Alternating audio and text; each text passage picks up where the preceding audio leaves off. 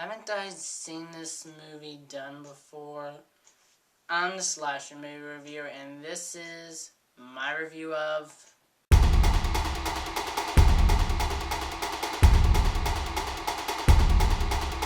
Now, The Three Musketeers tells this story of these fighters or whatever. You know, we've seen this done before, plenty of times before, but now we're seeing it again. And as you know, we've watched these three fighters. They're like these heroes. They save the day or whatever in this period pace. And this time, we're looking at a version from Paul W.S. Anderson. You know, the director who gave us Resident Evil Afterlife.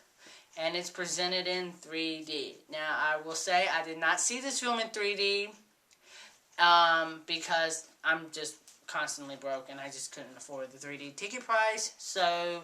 yeah, and personally, it didn't change my viewing experience at all. I'm sure it wouldn't have changed it at all.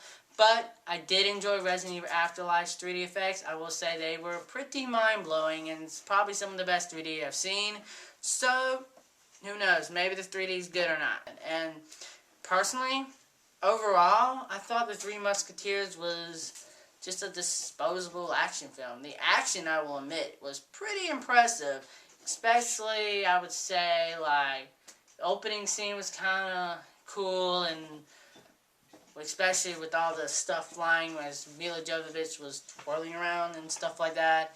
I would also say the ship scene was cool with the two ships fighting each other, you know. That stuff was really, really, really cool. All the action sequences were great, but when the action sequences weren't going on, honestly, the film was bland. It was kind of dull. Personally, what kept The Three Musketeers from really being a good movie was the fact that there was no substance. And especially the fact there was really just no character development. I could have cared less about these characters at all. I cared less about The Three Musketeers no matter what heroic event they may have done in their life. I could care less. And especially, I mean, the script, the plot, it was just so bland and boring and... nothing was really going on, you know, and all stuff. So yeah, the action sequences are phenomenal. They're really, really good, and they're very well put together. And I love Paul W.S. Anderson knows how to direct action sequences. He's shown that with Resident Evil Afterlife. He knows how to direct it. He definitely knows what he's doing when it comes to that stuff.